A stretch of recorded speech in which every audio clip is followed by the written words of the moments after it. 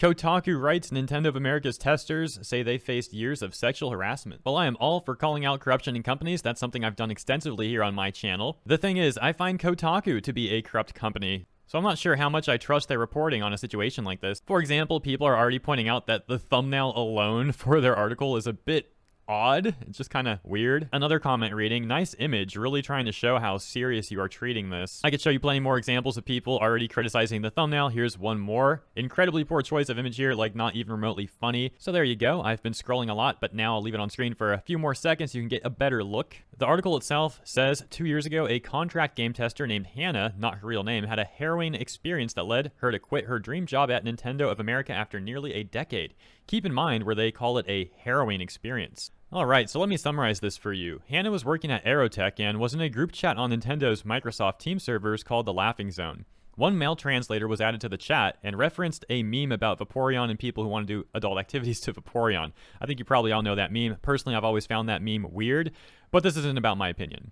The other issue she's upset at Nintendo for seems that the same translator then posted a gif of Paimon from Genshin Impact in that chat saying that it's okay to be attracted to her. Kotaku then calls Paimon a child character, which is factually incorrect. Paimon isn't even really human. She's a floating creature thing. That said, I think the Paimon discussion this dude was having is weird too. Inappropriate to talk about in a work chat as well. Sure, it could be fair to say that. However, I think we need to see the actual chat logs to get the full context here. For all I know, people were saying way worse stuff in that chat right before that dude joined. It doesn't excuse him, however. My point is the framing in this article is extremely skewed and missing the full context. Furthermore, she was apparently working under Aerotech and escalated the situation with Aerotech, so the framing where this is all Nintendo's fault also seems disingenuous, or as lawyers say, chasing an ambulance, so to speak, and I'm using that saying loosely here, but the point is simply, it seems like they're trying to go after the bigger fish who might have more of a purse to potentially bring a lawsuit forward against, or really what might just bring more attention to the headline. The article then talks about how profitable Nintendo is. They then talk about how Nintendo contracts employees from Aerotech even further, so let me be clear, it's not like Nintendo has nothing to do with this situation at all. It's just that Hannah was apparently working for Aerotech, not directly under Nintendo. So again, I think that raises some questions. However, I'm not a labor attorney, so I don't have too much knowledge to add there. Continuing in the article, they talk about how Hannah told Kotaku she found a junior male contractor making $19 an hour while she was making $16 an hour after working at Nintendo for 9 years. First of all, according to Kotaku, just above that, she was working for Aerotech, not Nintendo. Again, I bring this point up because it seems like a major distinction. Let's use YouTube as an example. Hypothetically, let's say YouTube uses ABC Company, a hypothetical company I just made up to hire YouTubers to make videos on YouTube. If one of ABC Company's employees has a labor dispute with an incident that happened at an ABC Company chat room, does it make sense for that ABC Company employee to instead blame YouTube for that and potentially litigate against YouTube over that and not ABC Company?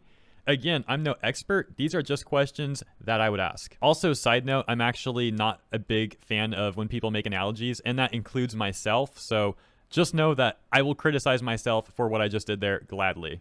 The article then talks about how Hannah apparently reported the contractor who made the joke about Vaporeon and Paimon to Aerotech.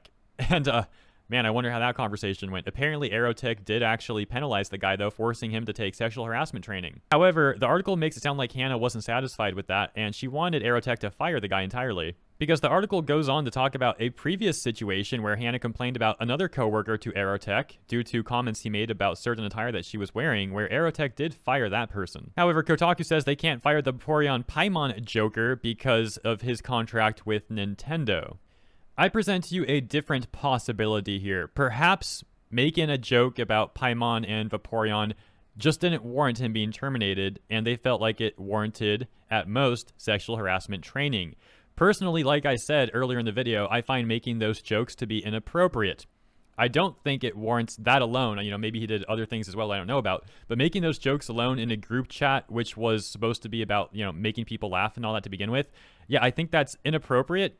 And I think, if anything, it doesn't even warrant sexual harassment training, because I think those training courses are really just a scam that companies get other companies to buy into, B2B business sort of thing. Worst, let me put it like this. If I was dude's manager, I would have brought him in and said, yo, I heard about the situation with you making these jokes in this group chat. Tone that down, man, because if you keep doing this, we might have, escalation of issues here. Maybe just leave those jokes for your friends and your personal life. Just, tone it down when you're talking with your associates here at work. I think that would have been fine, and that should have been enough unless the dude did worse. So that's my theory. Perhaps they didn't fire him because they didn't feel like that was big enough deal to fire him over. Now, as for the dude that was making jokes or comments about the attire that she was wearing, particularly they're talking about her undergarments, all right? Yeah, I think that dude had it coming. Like, at that point, if you're going to make a joke about that sort of attire to a coworker, you need to know that sort of thing can get you fired. So I'm not going to defend that dude at all. He should have known that that was a possibility, and for all I know, he did know. And well, maybe he weighed those risks in his mind, still wanted to make that comment, and well, there you go. Like I said, I'm not going to be defending that guy.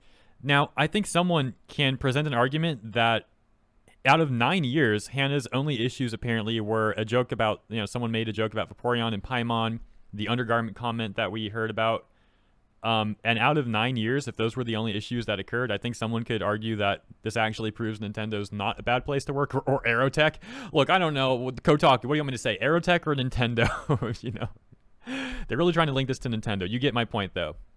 Kind of an interesting flip of the script there a little bit. Although, there was one more issue, if you recall. They talked about the payment discrepancy, where this new junior contractor, who was a guy, was making $19 an hour, while she was only making $16 an hour after apparently working there for 9 years. So, once again, are we missing context here? Just because he's a junior contractor, how do I know he doesn't actually have some other work experience? Now, okay, is it probably 9 years worth of experience? Probably not. Probably something's a little funky there, to be fair. However, I can absolutely tell you where something is funky, and that's Kotaku's framing here, because they're making it sound like women by default get paid less than men, which is actually not true. I present to you Pew Research Center, March 28th, 2022, where they say young women are out-earning young men in several U.S. cities. So don't get the wrong idea. I'm not saying that women have it perfect and they're making more than men or anything like that. I'm simply pushing back on the claim that says that all women make less than all men, which is not true, actually. And I would say making claims like that is actually a major disservice to women, because they're basically trying to keep women down.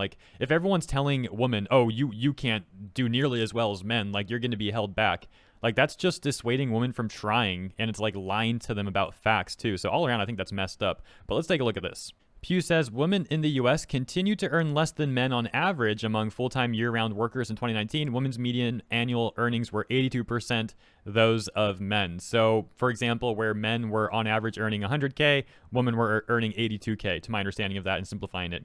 They say the gender wage gap is narrower among younger workers nationally, and the gap varies across geographical areas. In fact, in 22 of 250 U.S. metropolitan areas, women under the age of 30 earn the same amount as or more than their male counterparts, according to new Pew Research Center analysis of Census Bureau data. And so I'm going to tell you in advance, that's pretty much what this article talks about. It says that Gen Z and millennial women are in many areas across the U.S. Okay, maybe I'm using many a bit loosely here. It's not many areas, but it is areas where the population is pretty dang high. For example, New York and L.A. They're earning, like I said, on average about the same or more than men of the same age group. So check it out. New York, Washington, D.C., and L.A. are among the cities where young women are earning the most relative to young men. In both New York and Washington metro areas, young women are even earning 102%, so 2% more of what young men earn when examining median annual earnings among full-time year-round workers.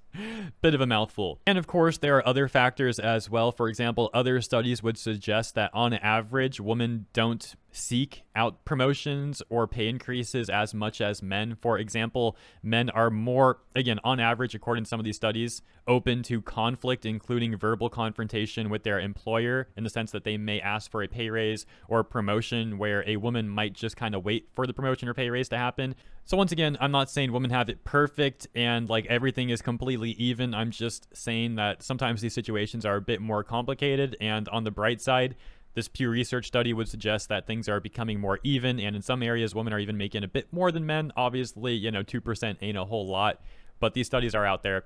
And again, it pushes back on the notion that Kotaku is kind of trying to spread here about women just by default being less successful than men and things like that, which, like I said, I find to be rather harmful rhetoric to use as it dissuades women from trying to succeed in life, in my opinion. Anyways, that's a bit further from the scope of the original topic here, so let's pretty much wrap this up. Thank you for tuning in. Let me know what you think in the comments, and I'll see you there.